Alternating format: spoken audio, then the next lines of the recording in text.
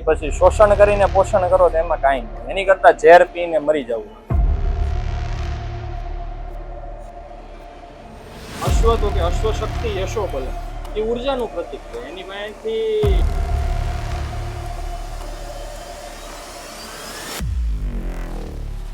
ઘોડા અને ગાય આ બેયને દેવ પ્રાણી કહેવાય. એની પાછળનું રીઝન એની અંદર સાક્ષાત કૃષ્ણએ કીધેલું કે સમુદ્ર મંથન દરમિયાન 14 રત્ન નીકળ્યા. આપણને બધાને ખ્યાલ છે. એની અંદર 3 પ્રાણી રત્ન નીકળ્યા: કામધેનુ ગૌમાતા, ઉચ્ચૈઃ શ્રવા અશ્વ અને એરાવત હાથી. બીજા બધા પશુના દૂધ કરતાં ગાયનું દૂધ ઉત્તમ ગણાય. એનું રીઝન તો પહેલાં તો બધા મિત્રોને જય જય જય ગૌ માતા. આજ આપણે આવ્યા છીએ સર્વાંગ સુંદરી ગૌશાળાની મુલાકાતે હર્ષભાઈ ખેરને મળવા, જે અત્યારની યુવા પેઢીનું એક આઈડલ કહેવાય. કે જે વસ્તુ અત્યારે ખરેખર જુઓ ને તો બધા અત્યારે એ વસ્તુ ભૂલતા જાય છે. પહેલાં તો ગાય, ગામડું અને ખેતર આ વસ્તુ અત્યારે લુપ્ત થતી જાય. બધા સિટી તરફ અથવા તો સારી કોઈ નોકરી કે કામ ધંધા તરફ વળી રહ્યા છે, અને આ વસ્તુ ભૂલતા જાય છે.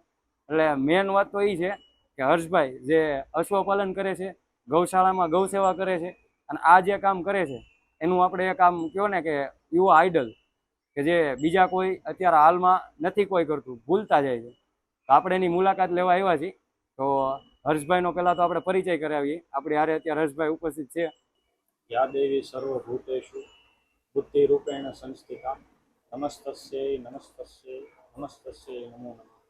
વિવાદે વિષાદે પ્રમાદે પ્રવાસે જલે ચાનલે પર્વતે શત્રુમતી અરણ્યે શરણ્યે સદા મામ પ્રપાહી ગતિસ્ત્વમ ગતિસ્ત્વમ ત્વમેકા ભવાની. જય જય જય જય આયુર્વેદ બધાને. જય ગૌ માતા, જય ભારત. ખૂબ ખૂબ આભાર ભરતભાઈ.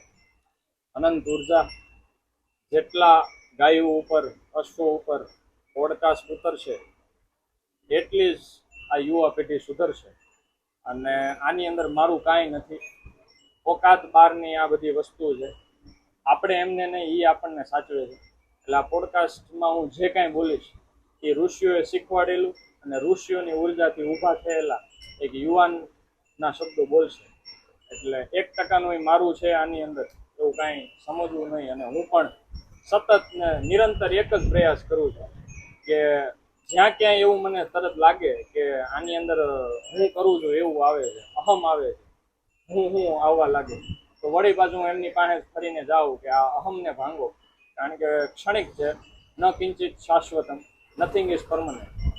જે કંઈ પરમનન્ટ છે તો એ આ ગાવડિયોની ઉર્જા છે, અશ્વની ઉર્જા.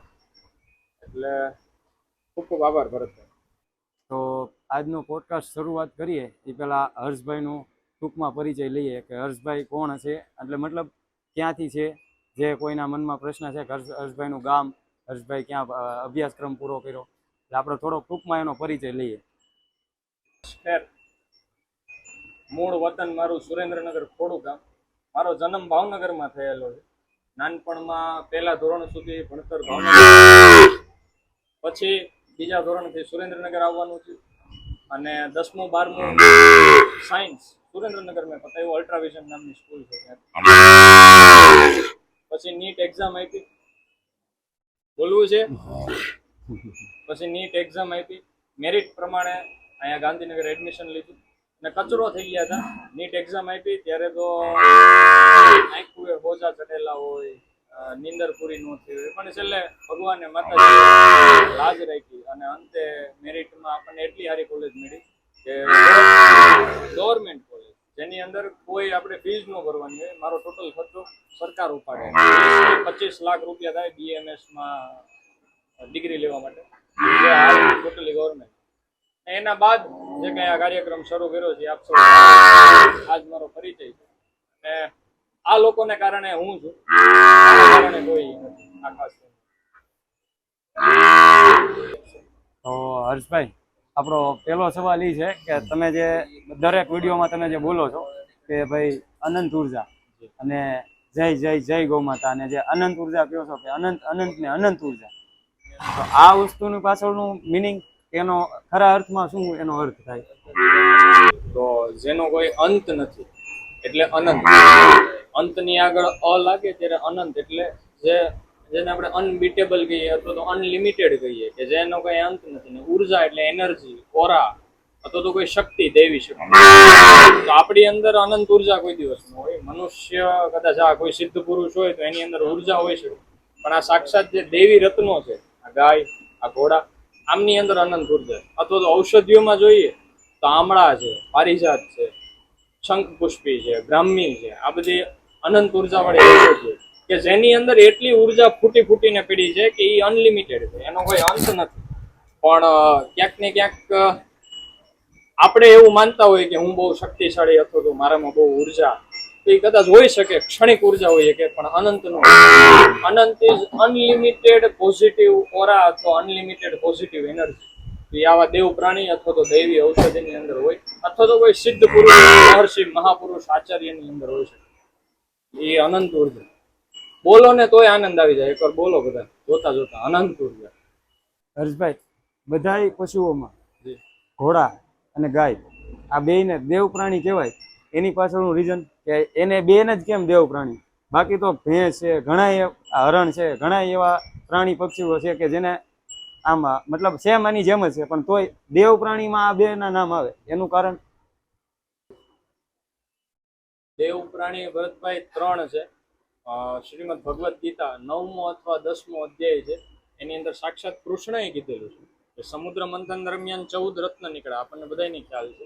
એની અંદર 3 પ્રાણી રત્ન નીકળેલા છે: કામધેનુ ગૌમાતા, ઉચ્ચેહી શ્રવા અશ્વ અને એરાવત હાથી, જે છેલ્લે પછી ઇન્દ્ર ભગવાનને મેળવતો. એરાવત હાથી ઇન્દ્ર ભગવાનની સવારી છે, એના ઉપર સવાર કરે.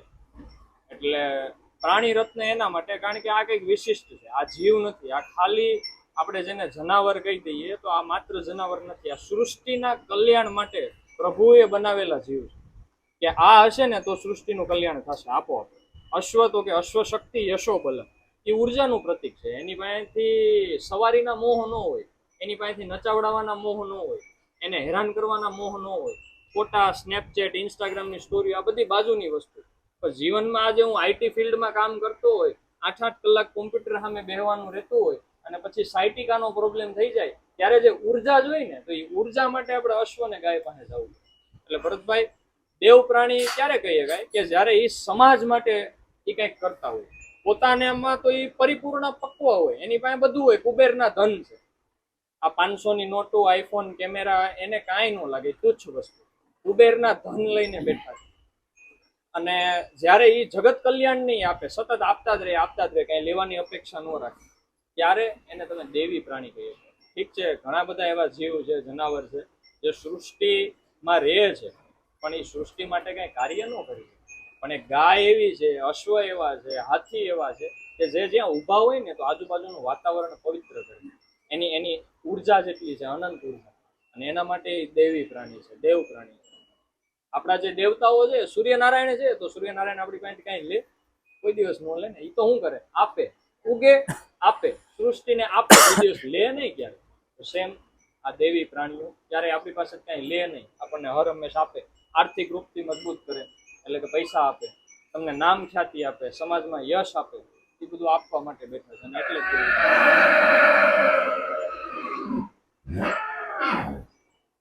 જ દેવ છો ને તમે. હર્ષભાઈ, પેલા તો આ જેટલું આયુર્વેદ મહાન છે એટલું જ ગાય માતાને મહાન માને છે, બરોબર?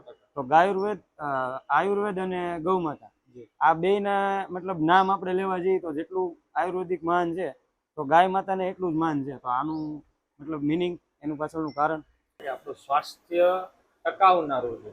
આયુર્વેદનું પ્રયોજન શું છે? મહર્ષિ ચરક શું કહે છે? સ્વસ્થસ્ય સ્વાસ્થ્ય રક્ષણમ, આતુરસ્ય વિકાર પ્રશમનમ છે. સૌથી પહેલા જે સ્વસ્થ છે એના સ્વાસ્થ્યનું રક્ષણ કરવું, એ આયુર્વેદનું મેઇન પ્રયોજન. બીમાર પડવાની તો પછીની વાત છે. પહેલા જે તમે સ્વસ્થ છો, જે અત્યારે હેલ્ધી છો, તો એને ટકાવી કઈ રીતે રાખવી, હેલ્ધીનેસને મેન્ટેન કરી, એ આયુર્વેદનું પહેલું પ્રયોજન. બીજું પ્રયોજન શું છે? સ્વસ્થસ્ય સ્વાસ્થ્ય રક્ષણમ, આ પહેલું.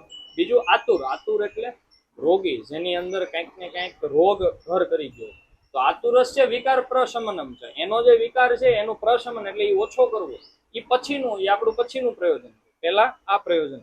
એટલે આયુર્વેદ આ લેવલ સુધીનું લાઈફ સાયન્સ છે.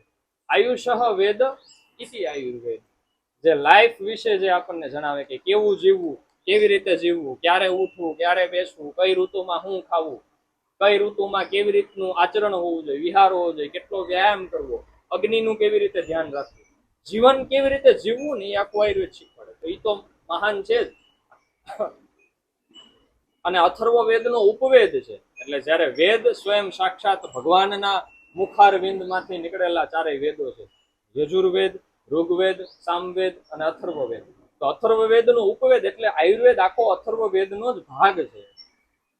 એટલે આયુર્વેદ તો અત્યંત મહાન છે. પણ માનો કે તમે ગાયને આયુર્વેદમાંથી કાઢી લ્યો તો 40 થી 50% આયુર્વેદ અધૂરું થઈ જાય. એ કેવી રીતે થાય? એના રીતે ખૂબ સરસ રેફરન્સ 2-3 હું તમને આપું. આપણે પંચકર્મ કરીને આયુર્વેદની અંદર 5 કર્મ આવે: વમન, વિરેચન, બસ્તી, રક્તમોક્ષણ, નસ્ય આદિ કર્મો બધા. એની અંદર જો તમે વમન કર્મની વાત કરીએ ભરતભાઈ આપણે, તો વમન કર્મમાં આકંઠપાન કરવાનું હોય. એટલે વમન એટલે શું કે ઉલટી કરવી. તો હવે ઉલટી કરવી હોય તો શેના માટે ઉલટી કરવાની? શોધન માટે, આપણા શરીરનું શોધન થાય એના માટે. તો શોધન શું કરવાનું હોય? તો આપણા 3 દોષ, વાત, પિત્ત, કફ. એટલે જ્યારે આપણે ઉલટી કરીએ, હાથે કરીને જે ઉલટી કરાવડાવવામાં આવે તો એની અંદર દૂષિત કફ દોષ જે છાતી પ્રદેશમાં ઉરહમાં સ્થિર હોય, પિત્ત નાભી અને હૃદયની વચ્ચે એ દોષ સ્થિર હોય, અને નાભીથી અધો ભાગમાં વાત દોષ સ્થિર હોય. તો જ્યારે આપણે ઉલટી કરીએ ત્યારે પેટનો પિત્ત અને છાતીનો કફ એ દૂષિત દોષો બહાર આવી જાય. એ વમન કર્મ. પણ એ ઉલટી કરાવવાની કેવી રીતે? આકંઠપાન ગૌ દુગ્ધ, ગાયના દૂધનું કરવાનું. હવે માની લ્યો કે ગાય જ ન હોય તો તમે આકંઠપાન કેવી રીતે? હા, બીજી ઔષધિઓ છે. ઘણી વાર આપણે યષ્ટિમધુ, ફાંટનું કે બીજી કોઈ પણ દ્રવ પદાર્થનું આપણે આકંઠપાન કરાવતા હોય, પણ લગભગ મોસ્ટ ઓફ ધ ભારતની હોસ્પિટલમાં ગાયના દૂધથી આકંઠપાન કરાવવાનું હોય. બીજું, ગાયનું ઘી.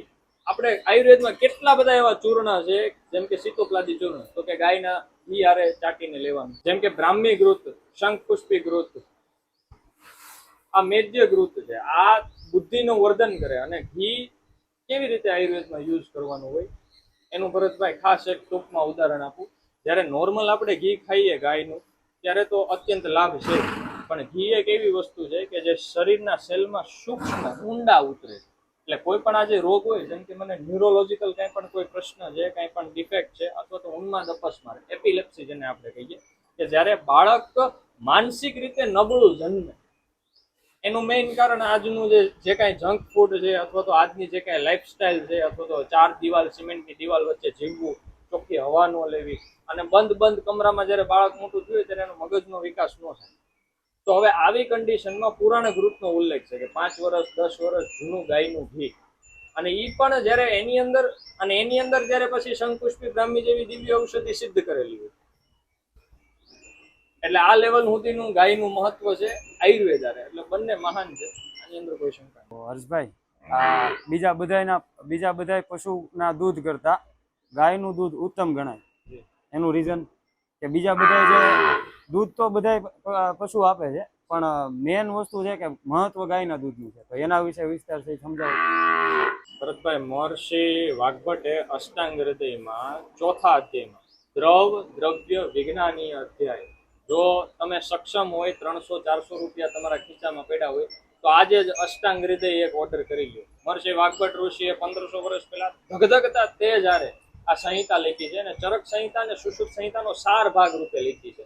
કે જાજુ અઘરું કેવું સંહિતા છે? તો કે ચરક સંહિતા, સુશ્રુત સંહિતા સમજવામાં અઘરી છે, પણ એનો જ સાર ભાગ રૂપી મહર્ષિ વાગ્ભટ્ટે પોતાનો અનુભવ ઉમેરીને એક શૈલી સંહિતા, કે જે આપણા જેવા માણસો, મનુષ્યો આરામથી એને સમજીએ, એ સંહિતાની અંદર સૂત્ર સ્થાનમાં 4થા અધ્યાયમાં 8 પ્રકારના દૂધ આપ્યા છે ભાઈ.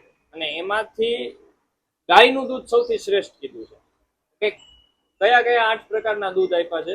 ગૌ દુગ્ધ, માહિશ એટલે કે ભેંસનું દૂધ, અવી એટલે કે ઘેટાનું દૂધ, અજા એટલે કે બકરીનું દૂધ, પછી હસ્તી હાથી છે, ઉષ્ટ્ર ઊંટ છે, અશ્વનું દૂધ છે, માનું દૂધ છે, આદિ દૂધ છે. એની અંદર મહર્ષિ વાગ્ભટ્ટે 8 પ્રકારના દૂધ એટલે કે દૂધ આપ્યા છે. 8 અલગ જીવના દૂધ કે જે આપણા માટે ઉપયોગી છે. સૌથી પહેલું ગૌ દૂધ, બીજું માહિશ ભેંસનું દૂધ, ત્રીજું અવી ઘેટાનું દૂધ, ચોથું અજા બકરીનું દૂધ, પાંચમું હસ્તી હાથીનું દૂધ, છઠ્ઠું અશ્વ ઘોડાનું દૂધ, સાતમું ઉષ્ટ્ર ઊંટનું દૂધ, અને છેલ્લું માનું દૂધ આપેલું છે. હવે માનું દૂધ આપણા સર્વે માટે શ્રેષ્ઠ હોય જ છે, ત્યારે આપણે 9 થી 10 મહિના એ દૂધનું સેવન કરીએ. પણ એના પછી શું? એના પછી મહર્ષિએ ગૌ દુગ્ધ ગાયનું દૂધ સૌથી ઉત્તમ ને શ્રેષ્ઠ કીધું. શું લેવા? મહર્ષિ વાગ્ભટ્ટે 8 દૂધના શ્લોક આપેલા છે કે તમને ઇન્સોમનિયા હોય, રાત્રે ઊંઘ ન આવતી હોય તો ભેંસનું દૂધ પીને સુઈ જાવ, તમને સારી નીંદર આવશે. બકરીનું દૂધ છે સ્કિન ડિઝીઝ ની અંદર આપણે ઉપયોગ કરતા હોય. એવી જ રીતે અશ્વનું દૂધ, હાથીનું દૂધ, ઊંટનું દૂધ વગેરે એના ગુણધર્મ આપેલા છે. ઊંટનું દૂધ તાસીરમાં ગરમ હોય, રસ એનો જે છે એ થોડો ખારો હોય, લવણયુક્ત હોય. તો જ્યારે ગાયના દૂધનો શ્લોકનો વારો આવ્યો ત્યારે મહર્ષિ વાગ્ભટ્ટે એક શબ્દનો પ્રયોગ કર્યો. ભરતભાઈ એ છે રસાયણ શબ્દ. રસાયણ શબ્દ બીજા 7 પ્રકાર પ્રાણીઓના દૂધમાં ક્યાંય ઉપયોગ કર્યો નથી. અને રસાયણ શબ્દ આવે ને અરુણિયાની હરણાટી હોય ત્યારે રસાયણ શબ્દને આપણે એક્સપ્લેન કરવો હોય તો રસતી અયનમ ઇતિ રસાયણ. જે દ્રવ્ય આપણે શરીરની અંદર લઈએ અને શરીરમાં જે પહેલી ધાતુ કેટલી હોય? રસ, રક્ત, માંસ, મેદ, અસ્થિ, મજ્જા અને શુક્ર. સપ્ત ધાતુમાંથી જે સર્વપ્રથમ ધાતુ છે એ જ હરખી ન બને તો શું થાય? આગળ જતા ઇન્ફર્ટિલિટી, સંતાન પ્રાપ્તિમાં લોચા પડે, કારણ કે રસ ધાતુ સરખી નથી બનતી એટલે છેલ્લી શુક્ર ધાતુ સરખી નહીં બને. તો રસ ધાતુનું જે અયન કરે શ્રેષ્ઠ રૂપથી કોઈ પણ દ્રવ્ય, એ દ્રવ્યને આપણે રસાયણ કહેશું. તો એટલા માટે મહર્ષિ વાગ્ભટ્ટને ખ્યાલ હશે, મોટા રિસર્ચર હતા ને, એમને કીધું કે આ જે ગાયનું દૂધ છે એ રસાયણ સ્વરૂપ છે, એટલે આ રસ ધાતુનું શ્રેષ્ઠ રૂપથી શરીરમાં અયન કરેલ. પણ એ કેવું ગાયનું દૂધ? ભરતભાઈ, આપણે હમણાં તેની આ વાત થઈ હતી, 2 આંચળ વાછડા અથવા વાછડીઓને દીધેલા હોય, વધેલા 2 આંચળ એટલે કે દોહન પદ્ધતિથી દોયેલું દૂધ, એનું દહીં, એનું માખણ, અને બ્રહ્મ મુહૂર્તમાં એ માખણને ગરમ કરીને ઘી કાઢ્યું હોય એવા ઘીનું તમે સેવન કરો ને એવું દૂધ તમે પીવો તો એ ઉત્તમ અને ઈ શ્રેષ્ઠ. એમ ગાયનું દૂધ ઈ શ્રેષ્ઠ, એના પછી લગભગ કોઈ દૂધની તમે તુલના ન. અને એમાં આ ગીર ગાયું અને એમાં ગુજરાત પંથકની કાંકરેજ ગાયું ભારતની મોટામાં મોટી ધરોહર. અત્યારની યુવા પેઢી દુઃખી હું કામે નથી? મતલબ કે કોકને ભણવાનું ટેન્શન, કોકને કામ ધંધાનું, કોકને આગળ શું કરવું એની નથી ખબર, કોકને ફેમિલી પ્રોબ્લેમ છે, જે સુસાઇડના રસ્તે જાય છે, એની પાછળનું કારણ? ભરતભાઈ, સહજ રીતે વિચારો ને તો ક્યાંક ને ક્યાંક ઉર્જા ઓછી હોય તો જ નબળા વિચાર આવે. નબળું નેગેટિવ મગજમાં ક્યારે આવે? કે જ્યારે પોઝિટિવ ન હોય. અંધારું ક્યારે આવે? કે જ્યારે સૂર્યનારાયણ ન હોય ત્યારે. આ દાદો ઉગેલો હોય ને અંધારાની તાકાત છે કે આવી જાય? ન આવી શકે. એટલે સેમ એવી જ રીતે તમારી અંદર કાંઈક સાત્વિક ઉર્જા હોય, કાંઈક દેવી ઉર્જા હોય. ગાયું ઘોડાની વિશિષ્ટ ઉર્જા છે. હમણાં જ આપણે વાત થઈ કે આ લોકો દૈવી પ્રાણી છે, દેવ પ્રાણી છે, અનંત ઉર્જાવાળા છે. તો આમની પાસે જતા ખાલી માત્ર પીઠ ઉપર કરોડરજ્જુમાં બોન મેરો હોય, મજ્જા ધાતુ. તો એ પીઠ ઉપર આપણે ઘોડાની પીઠ હોય કે ગાયની, આપણી કરોડરજ્જુ અહીંયા પાછળ હોય, વર્ટિબ્રલ કોલમ, એની કરોડરજ્જુ અહીંયા છે. આ સર્વાઇકલ, થોરાસિક, લંબાર ને પાછળ જેમ આપણે સેક્રમ કોકેક્સ આવે એવી રીતે. તો આ પીઠની અંદર મજ્જા રહેલું છે. અને મજ્જા શું છે? એ તાકાત છે. ઘણાએ કદાચ કોઈ મિલ ગયા અથવા તો ક્રિશ પિક્ચરમાં જોયેલું હોય, આપણે જે રિતિક રોશનના જે પપ્પા હોય છે એનું બોન મેરો કાઢી લે છે તો આવા નબળા પાંગડા થઈ જાય છે. શું લેવા? કારણ કે એ એક ઉર્જાનું સ્ત્રોત છે. એટલે અહીંયા ખાલી તમે હાથ ફેરવો ને તોય તે આ હાથ હથેળીઓમાં ઉર્જા આવે. પછી ભલે ને તમારે કોમ્પ્યુટરમાં મથવાનું હોય, પછી ભલે ને તમે ઇન્ટિરિયર ડિઝાઇનિંગ કરતા હોય, પછી ભલે ને તમે એન્જિનિયરિંગ કરતા હોય, આયુર્વેદ કરતા હોય, MBBS કરતા હોય, DNYS હોય, કે જે કાંઈ ફિલ્ડ હોય, તમારી પાસે ઉર્જા હોય તો તમે એની અંદર પુટ ઓન કરી શકો. એટલે યુવાનો જો નબળા વિચાર આવતા હોય અથવા તો થાકેલું શરીર લાગતું હોય, સાંજ પડે મન ન થતું હોય કોઈ કાર્ય કરવાનું, તો અહીંયા પોગી જવાનું અથવા તો અહીંયા પોગી જવાનું. પણ પહેલા અહીંયા, કારણ કે જે ત્રિલોકનો નાથ છે, જે સ્વયં શ્રી કૃષ્ણ સાક્ષાત નારાયણ સ્વરૂપ વિષ્ણુ સ્વરૂપે આની સેવા કરી, ભાખડિયા થઈ. તો ભગવાને આની સેવા કરી છે, તો આ તો ભગવાનની ભગવાન છે. પેલા આની પાસે ભગવાન. હર્ષભાઈ, આપણે ગીર ગાય અને કાંકરેજ ગાય વધારે આ મેન ગાય જોવા મળે છે બધી. તો આ 2 ગાયનું દૂધ મહાન જ છે અને પીવાય, પણ કઈ ગાયનું દૂધ કયા ટાઈમે પીવાય એ જણાવો. બહુ એટલે બહુ જ રૂડો છે. મેં તમને આ પ્રશ્ન આપેલો નહોતો પણ તમે લખ્યો છે, વિચાર આવ્યો છે, ભગવાનની દયા. યુવાનો જો તમે સક્ષમ હોય તો ઋષિઓને આધારે સવારે કાંકરેજ ગાયનું દૂધ પીવું જોઈએ અને સંધ્યા સમયે, સાંજ વેળાએ, રાતે સૂતા પહેલા ગીર ગાયનું દૂધ. હવે આવું શું લેવા? સવારે ગીર ગાયનું ને સાંજે કાંકરેજનું શું લેવા? નહીં, પી શકાય, એમાં કોઈ વાંધો નથી, કોઈ આપણને નુકસાન નથી કરવાનું. કાંકરેજ ગાય સ્ફૂર્તિલી ગાય છે, તેજવાળી. કાંકરેજ ઇઝ ઇક્વલ્સ ટુ કાંઠિયાવાડી ઘોડા, તેજીલું, તીખું, મારી નાખું, ફાડી નાખું, તોડી નાખું. તો આવી ગાયોનું તમે જ્યારે દૂધ પીવો ત્યારે એ એટમ, અણુ પરમાણુમાં એ ગુણ તમારામાં આવે એટલે આખો દિવસ સ્ફૂર્તિ રહે. અને સાંજ પડે ગીર ગાયનું. ગીર ગાય કેવી છે? શાંત.